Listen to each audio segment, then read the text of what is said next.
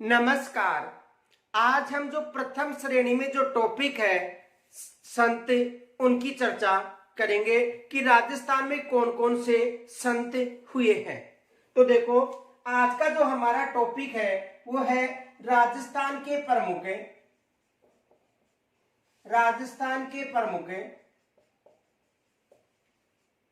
संत। आज का जो हमारा टॉपिक है वो है राजस्थान के प्रमुख संत।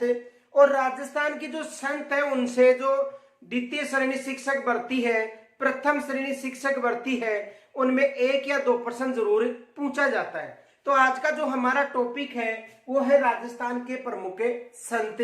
और राजस्थान के प्रमुख संत में सबसे पहले हम जो संत धन्ना जी है उसके बारे में चर्चा करेंगे।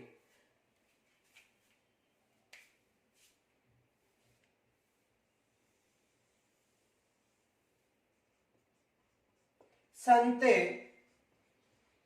धन्ना जी, क्योंकि राजस्थान में जो धार्मिक आंदोलन है इसका जो प्रारंभ करने का जो श्रेय है वो किनको जाता है? संत धन्ना जी को जाता है। ये विशेष याद रखना, यहां से एग्जाम में प्रश्न बन सकता है कि राजस्थान में जो धार्मिक आंदोलन है इनका जो प्रारंभ करने का श्रेय किसको जाता है? संत धन्ना जी को जाता है और एक जाट परिवार से संबंधित थे। तो देखो, राजस्थान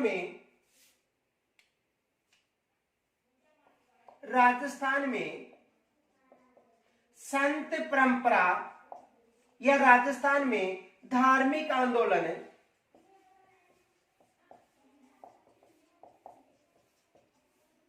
का श्रेय किनको जाता है? संत धन्ना जी को जाता है।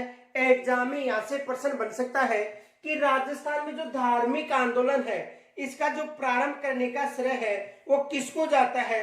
तो राजस्थान में धार्मिक आंदोलन प्रारंभ करने का श्रेय किसको जाता है? संत धन्ना जी को जाता है। और इनका जो जन्म था एक जाट परिवार में हुआ था। इनका जन्म जाट परिवार में हुआ था। जो संत धन्ना जी हैं इनका जो जन्म था वो जाट परिवार में हुआ था। और धुवन गांव जो टोंक है यहाँ पर 1415 ईस्वी में इनका जन्म हुआ था। किनका जन्म हुआ था? संत धन्ना जी का। तो इनका जन्म जाट परिवार में हुआ था। कब हुआ था? 1415 ईस्वी में धुवन गांव जो कहां पर है? टोंक में। यानी 1415 ईस्वी में इनका जन्म धुवन गांव जो कहां पर है? टोंक, यहां पर इनका जन्म हुआ था। तो ये विशेष याद रखना, इनकी जन्म डेट भी पूछी जा सकती है। इनके अलावा देखो, इनके जो गुरु थे संत धन्ना के वो रामानंद जी थे। इनके गुरु कौन थे? गुरु रामानंद जी थे। ये भी याद रखना, क्योंकि यहां से भी एग्जाम में अधिकतर प्रश्न बनता है कि जो संत धन्ना जी हैं इनके गुरु कौन थे? तो संत धन्ना जी के गुरु रामानंद थे। एक विशेष याद रखना, संत धन्ना व जो संत पीपा जी हैं इन दोनों के जो गुरु हैं वो कौन है? रामानंद जी। क्योंकि यहां से एग्जाम में प्रश्न बन सकता है कि संत धन्ना जी के गुरु कौन है? तो इनके गुरु कौन है? रामानंद। संत धन्ना के साथ साथ जो संत पीपा जी हैं इनके गुरु भी कौन है? रामानंद जी हैं। ये विशेष याद रखना, यहां से एग्जाम में प्रश्न बन सकता है। इनके अलावा देखो, एक जो कवि हुए हैं, रचनाकार थी, उनकी रचना थी, यानी कहने का मतलब जो संत धन्ना है इनके बारे में जो प्रियदास थे उनकी जो रचना थी भक्तमाला। जो प्रियदास की जो रचना है भक्तमाला, उनमें यह बताया जाता है कि संत धन्ना जी प्रारंभ में मूर्ति पूजक थे। यानी ये मूर्ति पूजा में विश्वास रखते थे। किनके अनुसार? जो प्रियदास की जो रचना है भक्तमाला की टीका, उनके अनुसार ये कहा जाता है कि प्रारंभ में ये मूर्ति पूजक थे। तो देखो,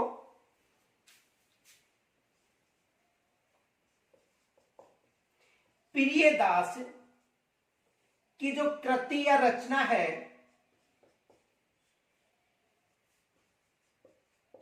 भक्तमाला की टीका। इस रचना में यह बताया जाता है, यानी प्रियदास की जो रचना है भक्तमाला टीका, ये विशेष याद रखना। इस रचना में यह बताया जाता है कि जो संत धनराज जी थे प्रारंभ में मूर्ति पूजा में विश्वास रखते थे। इस ग्रंथ के अनुसार मूर्ति पूजा में विश्वास रखते थे। ये भी याद रखना, यहां से भी एग्जाम में प्रश्न बनता है। इनके अलावा देखो, जो संत धनराज जी थे निर्गुण से संबंधित थे, तो संत धन्ना का संबंध निर्गुण भक्ति से था। किनका? संत धन्ना का। तो देखो यहां से प्रश्न बन सकता है, पहला प्रश्न ये बन सकता है कि राजस्थान में जो धार्मिक आंदोलन है इसका प्रारंभ करने का श्रेय किसको जाता है? तो संत धन्ना जी को जाता है। इनका जो जन्म था 1415 ईस्वी में हुआ था। कहां पर हुआ था? धवन टोंक गांव में। इनके अलावा इनका जन्म एक जाट परिवार में हुआ था। ये कृषक थे, किसान थे। देखो ये कहा जाता है कि इनका जो जीवन था वो एक संत में जीवन रहा था। एक बार की बात है, जब ये खेती करने के लिए जा रहे थे, उस समय जब ये बीज लेके जा रहे थे, उस समय वहां पर कुछ संत महात्मा आ गए थे और भिक्षा मांगने पर उन्होंने जो संपूर्ण जो बीज था उनको दान दे दिया था। फिर ये कहा जाता है कि इन्होंने बिना बीज के ही बुआई की थी और उसके बाद में वहां पर एक हरी भरी फसल हुई थी, ये कहा जाता है। और इनकी जो प्रवृत्ति है वो हमेशा ही धार्मिक रही थी। अब देखो इस संबंध यानी संत धन्ना से संबंधित जो प्रश्न है कौन कौन से बनते हैं, तो पहले तो यहां तक स्क्रीन छोड़ लीजिए।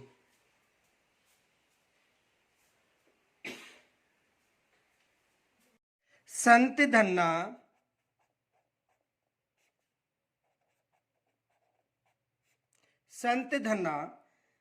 का जन्म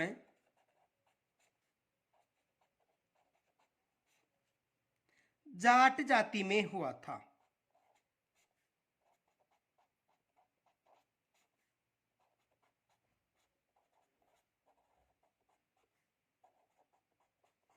संत धन्ना का जन्म जाट जाति में हुआ था। इनका जन्म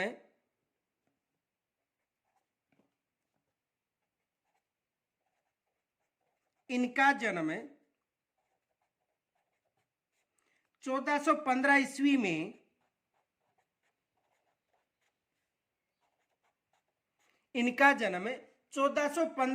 में वर्तमान टोंक जिले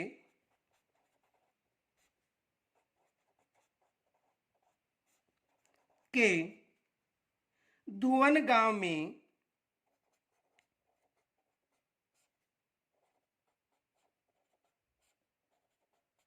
हुआ था। यानी इनका जो जन्म है वो 1415 ईस्वी में वर्तमान में जो टोंक जिले का धुवन गांव है यहां पर इनका जन्म हुआ था। इनके गुरु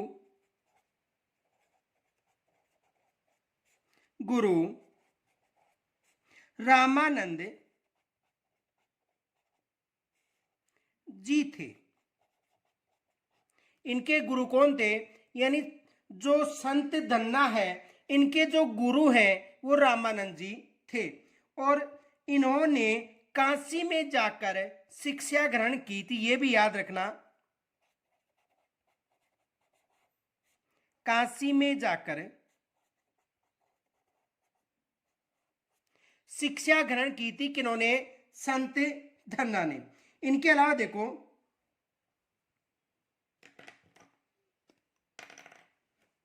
राजस्थान में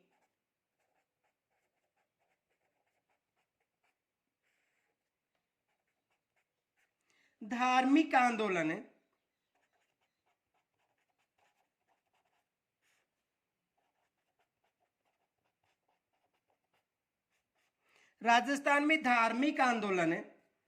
का श्री गणेश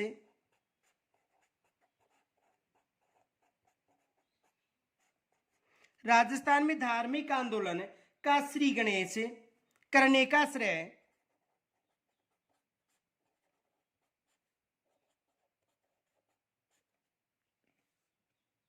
संत धन्ना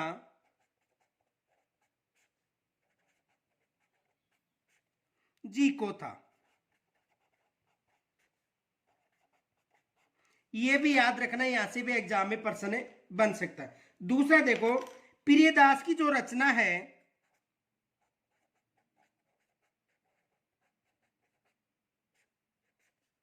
प्रियदास की रचना कौन सी रचना है? भक्तमाला की टीका। भक्तमाला की टीका। भक्तमाला की टीका। तो इससे यह ज्ञात होता है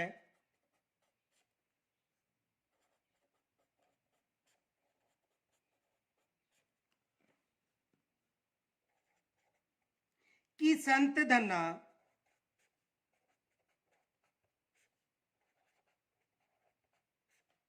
प्रारंभ में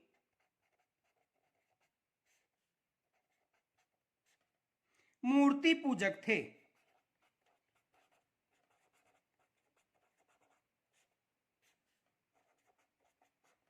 देखो, प्रियदास की जो रचना है भक्तमाला की टीका, ये मोस्ट माना, यहां से एग्जाम में प्रश्न बन सकता है। जो भक्तमाला की जो टीका है, इससे ज्ञात होता है कि संत धन्ना प्रारंभ में मूर्ति पूजक थे। देखो, ये भी फैक्ट याद रखना, नोट। गुरु रामानंद के प्रभाव से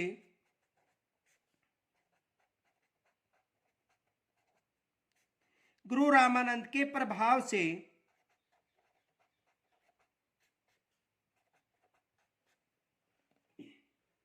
वे निर्गुण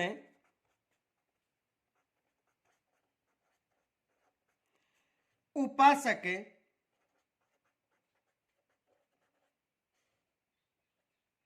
हो गए।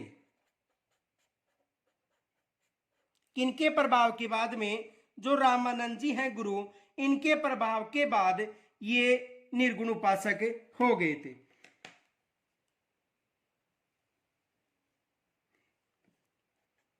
रामानंद की प्रेरणा से ही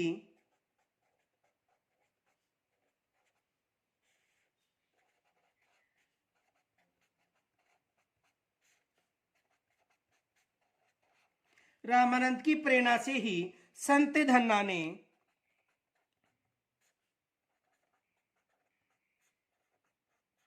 गृहस्थ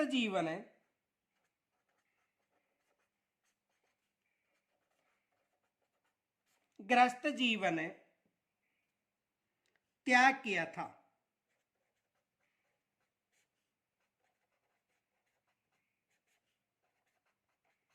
यानी रामानंद जी की प्रेरणा से ही जो संत धन्ना है, इन्होंने गृहस्थ जीवन त्याग किया था। देखो, दो फैक्ट याद रखना, यहां से एग्जाम में प्रश्न बन सकते हैं। नोट, संत धन्ना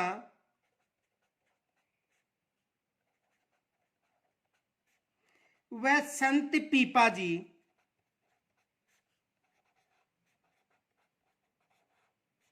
संत धन्ना व संत पीपाजी दोनों के गुरु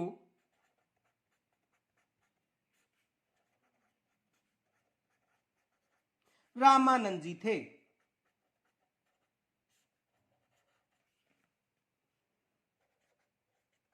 संत धन्ना व संत पीपाजी, जो दोनों के गुरु कौन थे? रामानंद जी। दूसरा फैक्ट ये रखना, इन दोनों ने ही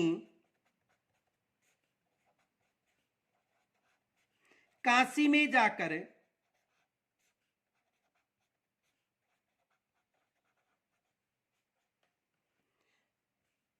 रामानंद के शिष्य बने थे।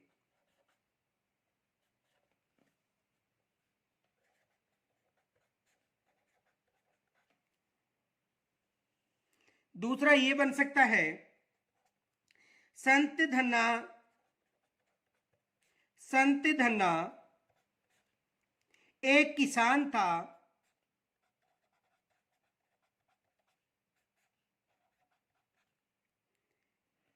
तथा संत पीपाजी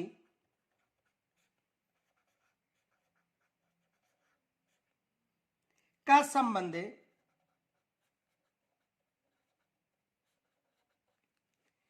खींची राजपूत राजवंश से था। खींची राजपूत राजवंश से था। तो ये दोनों फैक्ट विशेष याद रखने हैं आपको। का जन्म कहां पर हुआ था?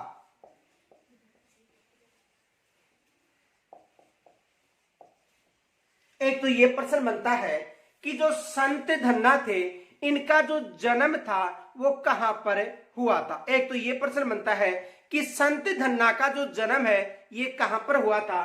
तो इनका जो जन्म था धुवन गांव टोंक। कहां पर हुआ था? धुवन गांव टोंक में संत जो धन्ना थे इनका जन्म हुआ था। यहां से देखो ये तो फैक्ट याद रखना,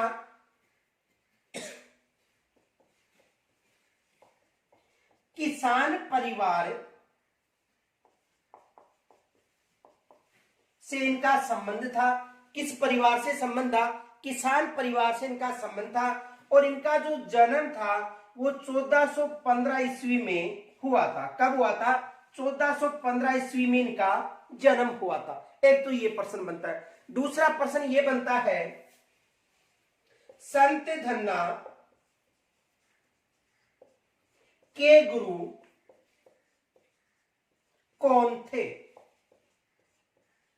एक ये भी एग्जाम में प्रश्न बनता है कि जो संत धन्ना थे इनके गुरु कौन थे। तो देखो संत धन्ना और संत पीपाजी दोनों के गुरु रामानंद जी थे। ये याद रखना, संत धन्ना और संत पीपाजी दोनों के जो राजस्थान के प्रमुख संत हैं इनके जो गुरु थे वो कौन थे? रामानंद जी।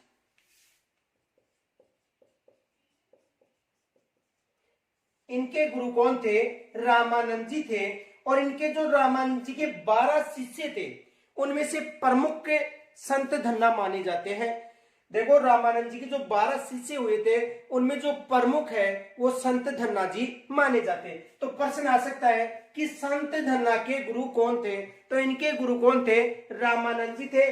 और संत धन्ना ने काशी में जाकर शिक्षा ग्रहण की थी। कहां पर जाकर? काशी में जाकर,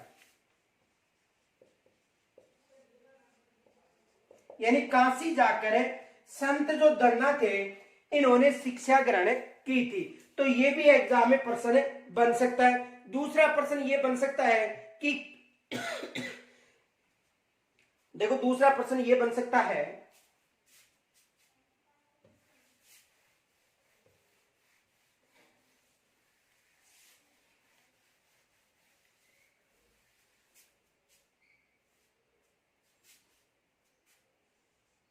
संत धन्ना प्रारंभ में सगुण धारा से संबंधित थे। यानी प्रारंभ में जो संत धन्ना थे यानी संत धन्ना प्रारंभ में सगुण धारा से संबंधित थे। किनके प्रभाव से? किनके प्रभाव से?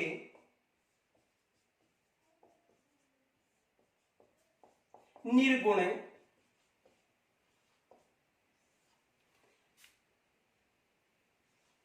धारा, यानी किनके प्रभाव? देखो प्रारंभ यानी संत धन्ना प्रारंभ में सगुण धारा से संबंधित थे। किनके प्रभाव से? निर्गुण उपासक या निर्गुण धारा या निर्गुण उपासक बने। ये प्रश्न विशेष याद रखना है, एग्जाम में ये प्रश्न बन सकता है कि संत धन्ना प्रारंभ में सगुण धारा या सगुण धारा या सगुण उपासक थे, किनके प्रभाव से इन्होंने निर्गुण धारा या उपासना अपनाई थी? तो किनके प्रभाव से? रामानंद के प्रभाव से। किनके प्रभाव से? रामानंद के प्रभाव से। दूसरा प्रश्न यह बन सकता है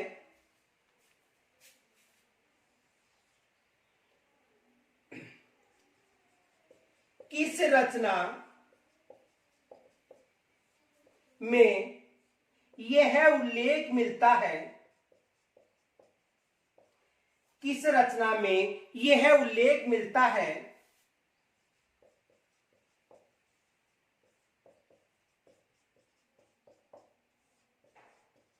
कि संत धन्ना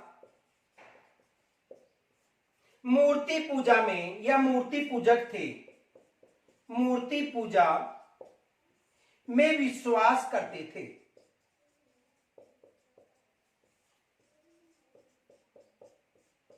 यह भी एग्जाम में प्रश्न बन सकता है कि किस रचना में यह उल्लेख मिलता है कि जो संत धन्ना है वो मूर्ति पूजा में विश्वास रखते थे। तो देखो किस रचना में मिलता है, यानी कहने का मतलब है कि यहां से जो एग्जाम में प्रश्न बन सकता है कि जो प्रियदास की जो रचना थी भक्तमाला की टीका, देखो यहां से प्रश्न बन सकता है। प्रश्न ये बन सकता है किस रचना में यह उल्लेख मिलता है कि संत धन्ना मूर्ति पूजा में विश्वास करते थे? तो प्रियदास की जो रचना है भक्तमाला की टीका, उसमें इसका उल्लेख मिलता है। ये विशेष याद रखना, भक्तमाला की टीका, भक्तमाला की टीका। तो इस रचना में यह उल्लेख मिलता है कि जो संत धन्ना है वो मूर्ति पूजा में विश्वास करते थे। तो यहां तक स्क्रीनशॉट ले सकते हो।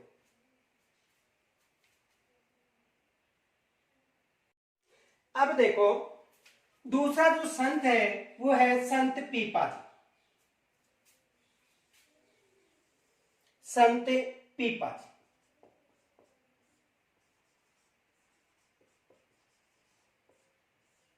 देखो संत पीपा जी हैं, इनका संबंध एक राजवंश से थे, राजपूत खींची राजवंश से इनका संबंध था। किनका? संत पीपा जी का। ये याद रखना कि जो संत पीपा जी थे इनका जो संबंध था एक राजवंश से था। देखो खींची राजपूत वंश, इनसे इनका संबंध था। और ये जो राजवंश है ये गाग्रोन क्षेत्र का राजवंश था।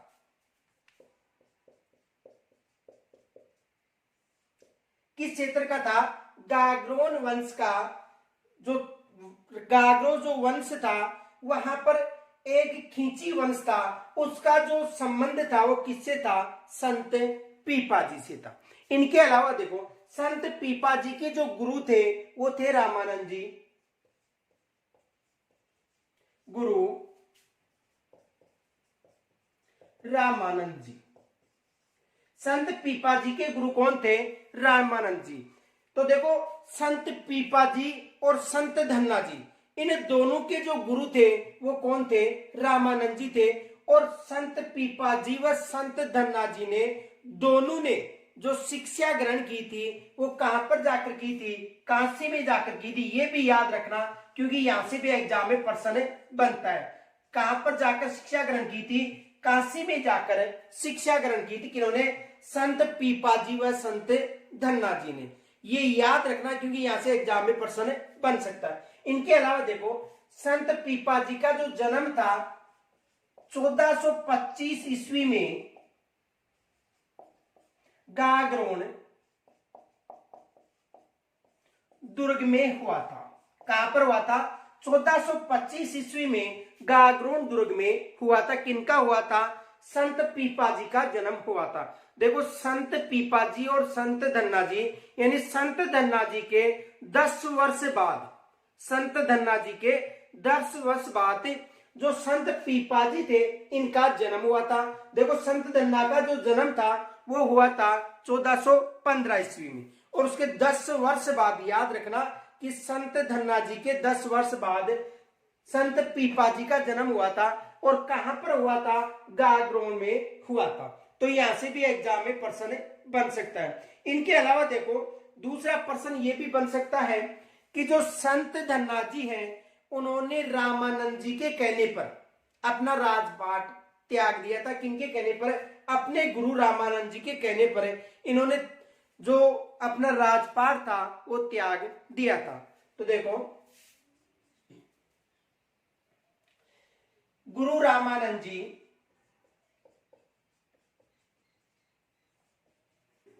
के कहने पर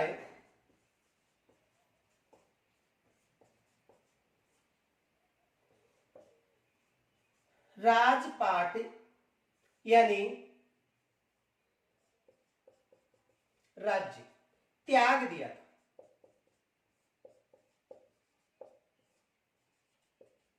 किनके कहने पर? अपने जो गुरु थे रामानंद जी, इनके कहने पर इन्होंने जो अपना राजपाट था वो त्याग दिया था। किन्होंने? संत पीपा जी ने।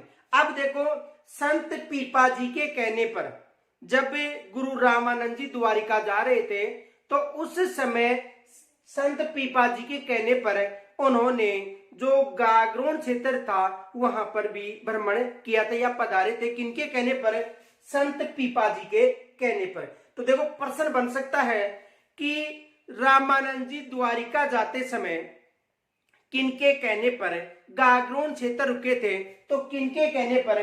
संत पीपा जी के कहने पर। दूसरा प्रश्न ये बन सकता है कि जब रामानंद जी द्वारिका जा रहे थे उस समय उन्होंने गागरोन क्षेत्र में संत पीपा जी के कहने पर विश्राम किया था। उस समय उनके साथ कौन कौन थे? तो देखो याद रखना रैदास जी और कबीरदास जी दोनों उस समय उनके साथ थे, क्योंकि जो 12 शिष्य थे रामानंद जी के उनमें कबीर जी और रैदास जी भी प्रमुख शिष्य थे। तो ये भी याद रखना एग्जाम में प्रश्न बन सकता है कि जब संत पीपा जी के कहने पर जो रामानंद जी थे वो गागरोन क्षेत्र में विश्राम किए थे उस समय उनके साथ कौन थे? तो उस समय जो कबीर जी और इनके अलावा जो रैदास जी थे जिसे रविदास के नाम से भी जाना जाता है, जो रैदास जी थे जिसे रविदास के नाम से भी जाना जाता है, उन्होंने गागरोन क्षेत्र में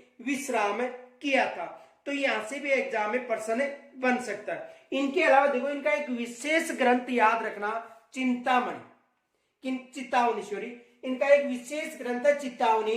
वो किसका ग्रंथ है? संत पीपा जी का। ये एग्जाम में प्रश्न बन सकता है। ग्रंथ चितावनी, ये जो ग्रंथ है वो किसका है? संत पीपा जी का। ये विशेष याद रखना, ये ग्रंथ पूछा जा सकता है कि जो चितावनी ग्रंथ है वो किसका है? तो ये जो ग्रंथ है ये किसका है? संत पीपा जी का। जो चितावनी ग्रंथ है वो किसका है? संत पीपा जी का। ये मोस्ट प्रश्न माना क्योंकि यहां से एग्जाम में प्रश्न बन सकता है कि संत पीपा जी का जो ग्रंथ है, हस्तलिखित ग्रंथ है, 17वीं शताब्दी में प्राप्त हुआ था। कौन सा ग्रंथ है? तो कौन सा ग्रंथ है? चितावनी ग्रंथ है।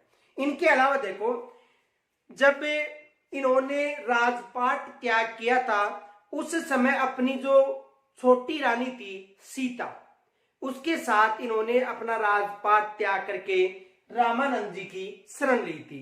तो ये भी प्रश्न बन सकता है कि जो संत पीपा जी हैं इन्होंने जो अपना शासन त्याग किया था और रामानंद जी की शरण में चले गए थे तब इनके साथ कौन गई थी? तो इनकी जो छोटी रानी थी सीता वो भी इनके साथ चली गई थी। किनके साथ? संत पीपा जी के साथ। और इन्होंने अपना जो धार्मिक जीवन या शिक्षा ग्रहण करने के बाद इन्होंने जो दर्जी क्षेत्र, जो दर्जी का जो कार्य था वो किया था। किन्होंने किया था? संत पीपा जी ने। इस कारण जो दर्जी संप्रदाय के लोग हैं इन्हें अपना गुरु भी मानते हैं। किन्हें मानते हैं? संत पीपा जी को। ये भी याद रखना क्योंकि यहां से भी एग्जाम में प्रश्न बन सकता है कि दर्जी संप्रदाय के लोग किन्हें या किनकी पूजा करते हैं। तो जो दर्जी संप्रदाय के लोग हैं वो किनकी पूजा करते हैं? संत पीपा जी की। ये भी याद रखना क्योंकि यहां से भी एग्जाम में प्रश्न बन सकता है। और देखो इन्होंने यहां पर तपस्या ग्रहण करने के बाद, जो संत पीपा जी थे इन्होंने तपस्या ग्रहण करने के बाद जो काली सिंध और आहू नदी है, जो गागरोन दुर्ग के पास है काली सिंध और आहू नदी, उस संगम पर इन्होंने तपस्या की थी। वहां पर इनका मंदिर भी निर्मित है और इनकी जो एक गुफा है वो धुवन टोंक में भी निर्मित है। ये भी याद रखना, इनकी एक जो गुफा है धुवन टोंक में भी है। किनकी गुफा? संत पीपा जी की गुफा। तो देखो यहां तक स्क्रीनशॉट लीजिए।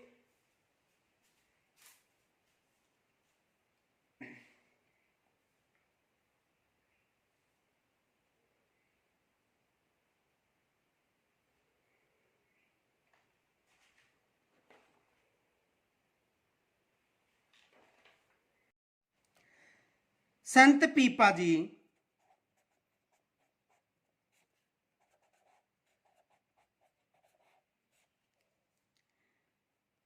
का जन्म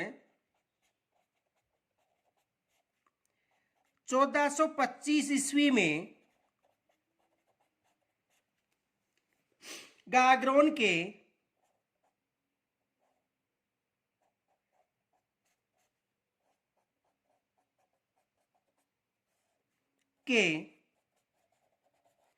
खींची राजपूत वंश में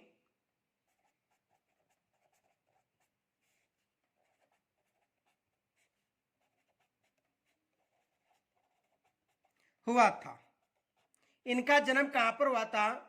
जो गागरोन का जो खींची राजपूत था वहां पर राजपूत जो वंश था यहां पर संत पीपा जी का जन्म हुआ था। दूसरा देखो,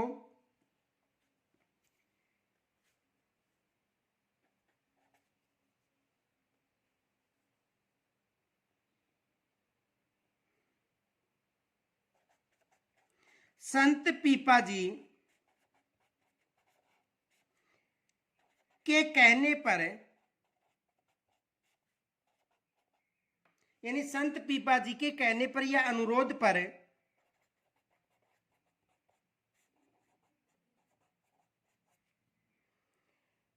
गुरु रामानंद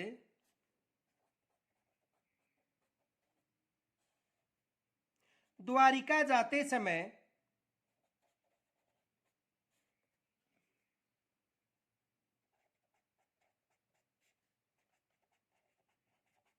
गागरोन पधारे थे।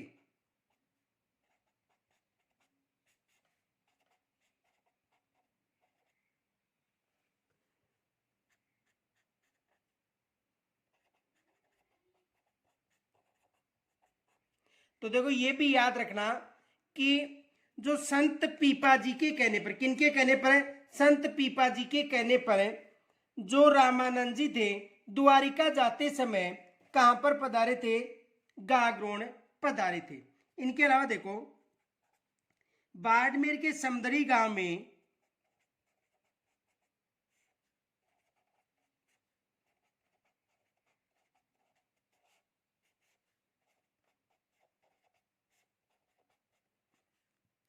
संत पीपा जी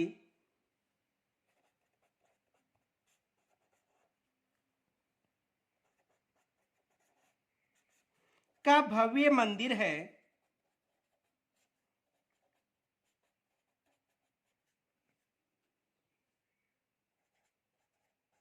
इनका मंदिर कहां पर है? बाड़मेर के समदड़ी गांव में। और यहाँ इनके प्रमुख जो अनुयायी हैं दर्जी संप्रदाय का प्रतिवर्ष चैत्र शुक्ल पूर्णिमा को विशाल मेला भी आयोजित होता है। तो देखो यहाँ पर मेला कब आयोजित होता है? याद रखना, चैत्र शुक्ल पूर्णिमा को मेला चैत्र शुक्ल पूर्णिमा मेला कब आयोजित होता है? चैत्र शुक्ल पूर्णिमा को मेला आयोजित होता है। इनके अलावा देखो 17वीं शताब्दी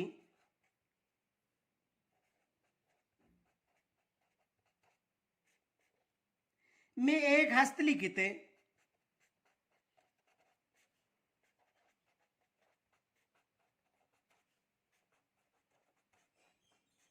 17वीं शताब्दी में हस्तलिखित ग्रंथ में संत पीपाजी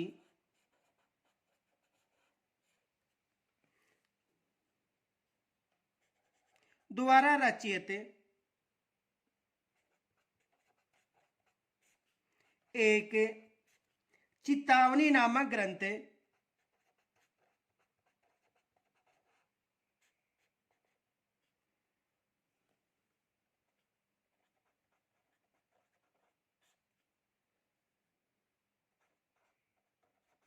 ग्रंथ भी प्राप्त हुआ।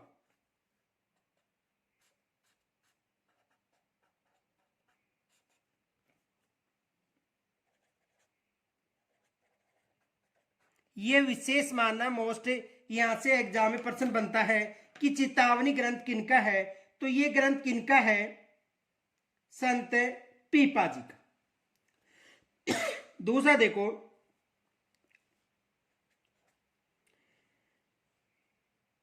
जब संत पीपा जी शासक थे उस समय दिल्ली के सुल्तान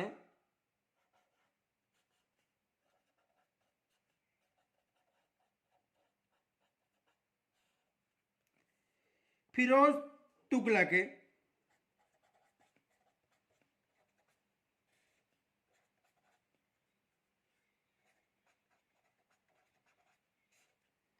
के साथ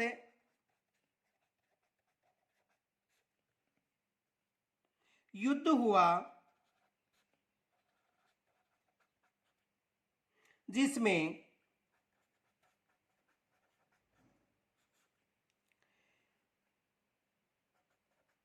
संत पीपाजी की विजय हुई थी।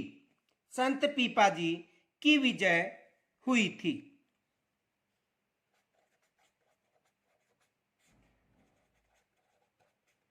तो यह भी एग्जाम में प्रश्न बन सकता है कि जब संत पीपाजी शासक थे उस समय किनके साथ युद्ध हुआ था जिनमें संत पीपाजी की विजय हुई थी? तो दिल्ली का जो सुल्तान था फिरोज तुगलक, इनके साथ इनका युद्ध हुआ था। और इस युद्ध में कौन विजय हुआ था? संत पीपाजी। ये भी एग्जाम में प्रश्न बन सकता है। दूसरा प्रश्न देखो ये भी बन सकता है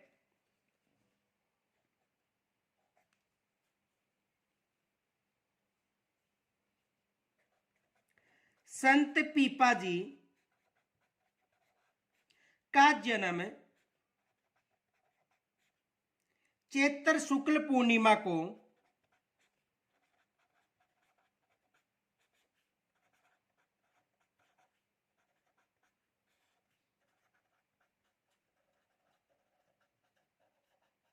हुआ था। यानी इनका जो जन्म था वो कब हुआ था? चैत्र शुक्ल पूर्णिमा को इनका जन्म हुआ था। किनका जन्म हुआ था? संत पीपाजी का। इनके अलावा देखो जब संत पीपाजी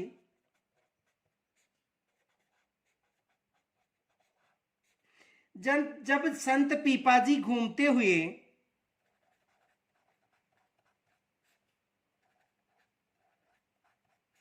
यानी जब संत पीपाजी घूमते हुए टोडा,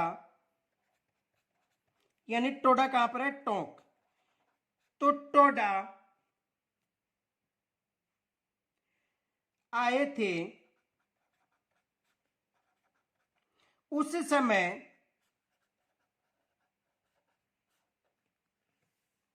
वहां के शासक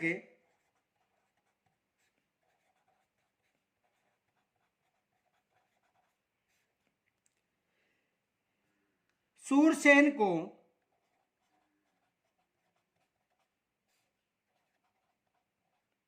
अपनी दौलत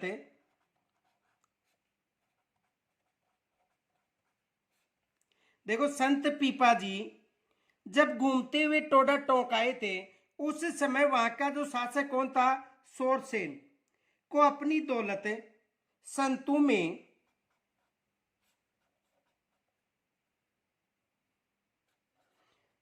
बांट देने पर अपना शिष्य बनाया था।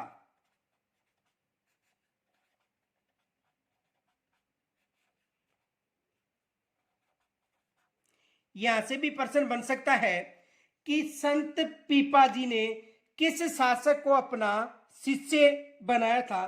तो किस शासक को बनाया था? टोडा के जो शासक थे सूरसेन, उसको अपना शिष्य बनाया था। पीपा जी का संबंध किस राजवंश से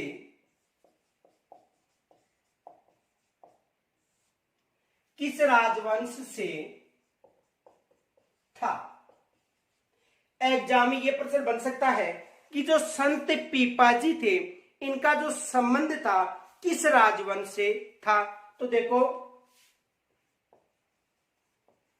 खींची राजवंश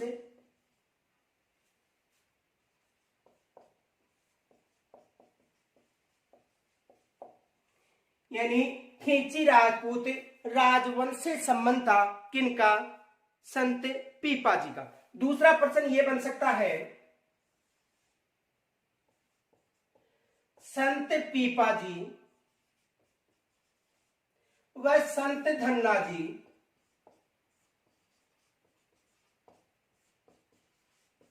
के गुरु कौन थे?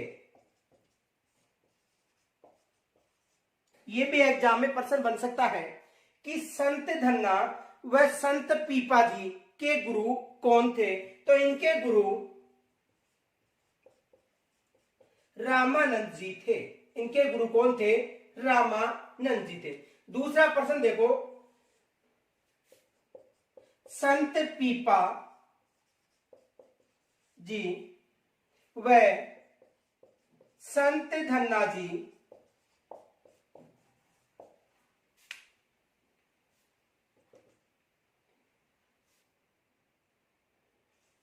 उपासक थे।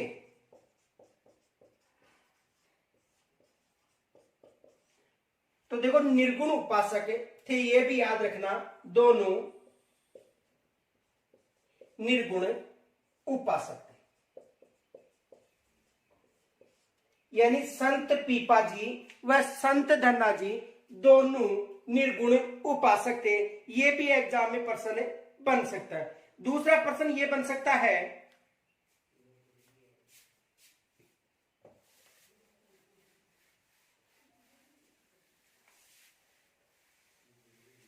देखो दूसरा प्रश्न ये बन सकता है, किस संत के कहने पर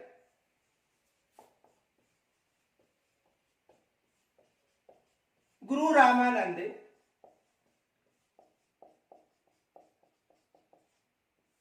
जी, यानी किस संत के कहने पर गुरु रामानंद जी द्वारिका जाते समय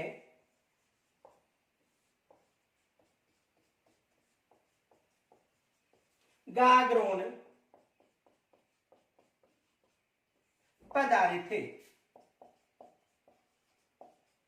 यह भी एग्जाम में प्रश्न बन सकता है। देखो, किस संत के कहने पर जो गुरु रामानंद जी हैं द्वारिका जाते समय गागरोन पधारे थे? तो किनके कहने पर? संत पीपा जी। किनके कहने पर? संत पीपा जी के कहने पर। किनके कहने पर? संत पीपा जी के कहने पर जो गुरु रामानंद जी थे वो गागरोन क्षेत्र पधारे थे, और उस समय इनके साथ देखो कौन कौन थे, ये भी एग्जाम में प्रश्न बन सकता है।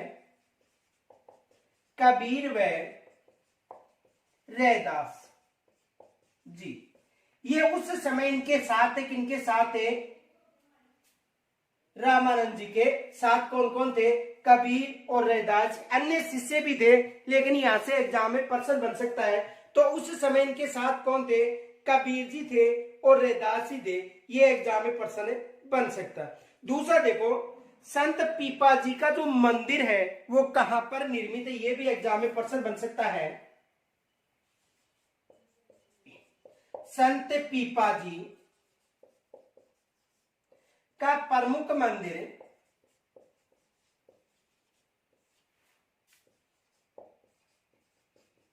निर्मित है।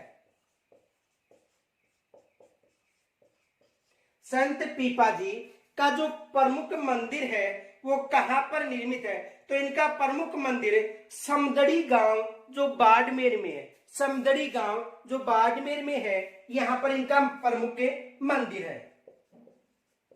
समदड़ी गांव कहां पर है, बाड़मेर। समदड़ी गांव जो बाड़मेर है, यहां पर संत पीपा जी का मंदिर निर्मित है। तो ये भी एग्जाम में प्रश्न बन सकता है। दूसरा देखो, इनके जो अनुयायी हैं वो दर्जी संप्रदाय के लोग माने जाते हैं। तो यहां तक पहले स्क्रीनशॉट लीजिए।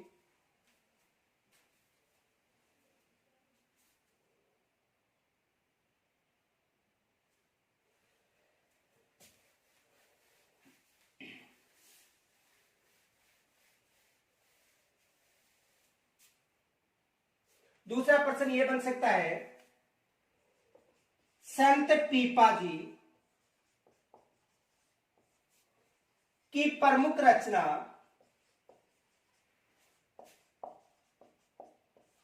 है।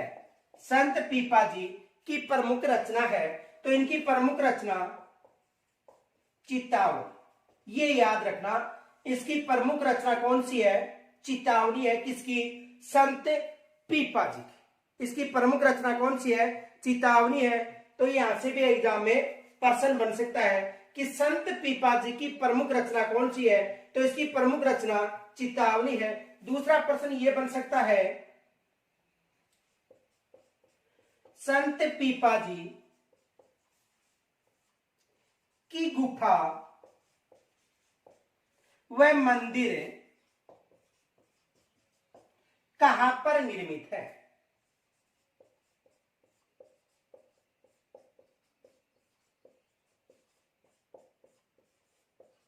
ये आपको कमेंट्स के द्वारा बताना है कि संत पीपा जी का जो मंदिर व गुफा कहां पर निर्मित है। ये आपको कमेंट्स के द्वारा बताना है। और यहां तक यदि कोई समस्या हो तो कमेंट्स के द्वारा जरूर बताना। कल हम दोबारा पुनः मिलेंगे, तब तक के